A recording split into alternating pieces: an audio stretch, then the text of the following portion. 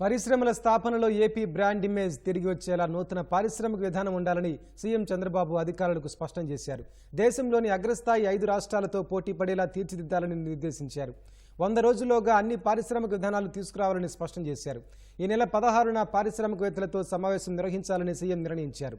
పెట్టుబడుల ఆకర్షణే ధ్యేయంగా సెప్టెంబర్ 20న ప్రకటించేందుకు ప్రభుత్వం కసరత్తు చేస్తోంది.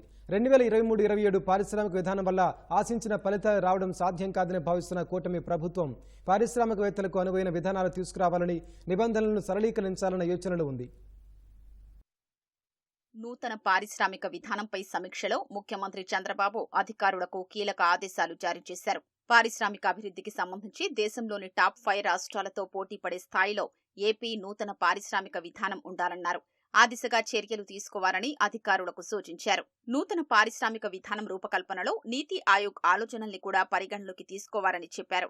15% పైగా వృద్ధి రేటు సాధనే లక్ష్యంగా నూతన పాలసీ ఉండేలా చర్యలు చేపట్టారని నిర్దేశించారు. త్వరలో అమల్లోకి తేనున్న నూతన పారిశ్రామికాభివృద్ధి విధానం 2024 నుంచి 29పై రూపొందించిన ముసాయిదాను మంత్రి టీజీ భరత్ అధికారులు సీఎంకు వివరించారు. ఈ సందర్భంగా సీఎం చంద్రబాబు అధికారులకు కీలక సూచనలు చేశారు. 2014 నుంచి 19 కాలంలో పరిశ్రమల ఏర్పాటు కోసం రాయితీలు, మౌలిక సదుపాయాల కల్పన, ఈజ్ ఆఫ్ డూయింగ్ వంటి అంశాల్లో రాష్ట్ర ప్రభుత్వం దేశంలోనే మొదటి స్థానంలో ఉండేదని గుర్తు చేశారు. మళ్లీ అలాంటి పరిస్థితులు కల్పించి పారిశ్రామికవేత్తలకు ప్రభుత్వంపై నమ్మకం కలిగేలా నూతన పారిశ్రామిక విధానం రూపకల్పన చేయాలని స్పష్టం చేశారు. ప్రస్తుతం 53% ముడి సరుకులు రాష్ట్రం నుంచి వెళుతున్నాయన్న సీఎం వాటికి ఏ విధంగా వాల్యూ ఎడిషన్ ఇవ్వాలో చూడాలని సూచించారు. పీపీపీ, P4 పద్ధతుల్ని నూతన విధానంలో పొందుపర్చారని స్పష్టం చేశారు.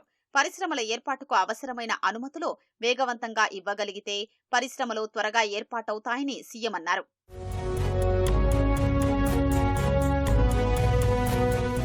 దేశంలో ఏ రాష్ట్రానికి లేనట్లుగా 10 ఓడరేవులు, 10 విమానాశ్రయాలు, మెరుగైన రోడ్లు, రవాణా సౌకర్యాలు, లాజిస్టిక్ సదుపాయాలు ఏపీలో పూర్తి స్థాయిలో అందుబాటులో ఉన్నాయని సీఎం అన్నారు. ఇవి పరిశ్రమల స్థాపనకు ముందుకొచ్చే వారికి ఆకర్షణీయంగా ఉంటాయన్నారు. నదుల అనుసంధానం కూడా పరిశ్రమల ఏర్పాటుకు అనుకూల అంశమన్నారు.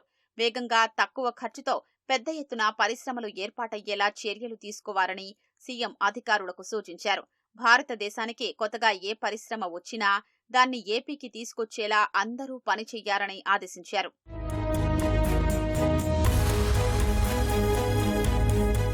గతంలో కర్ణాటకకు తరలి వెళ్లిన హీరో మోటార్స్, తెలంగాణకు వెళ్లిపోయిన అపోలో టైర్స్ వంటి సంస్థల్ని ఏపీకి తిరిగి తీసుకొచ్చామని సీఎం చంద్రబాబు అధికారులకు గుర్తు చేశారు.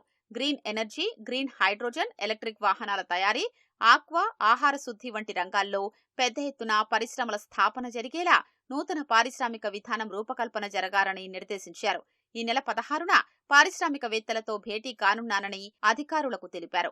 ఈ నెల 23న మరోసారి సమావేశమై నూతన పారిశ్రామిక విధానంపై చర్చిద్దామని అధికారులకు చెప్పారు.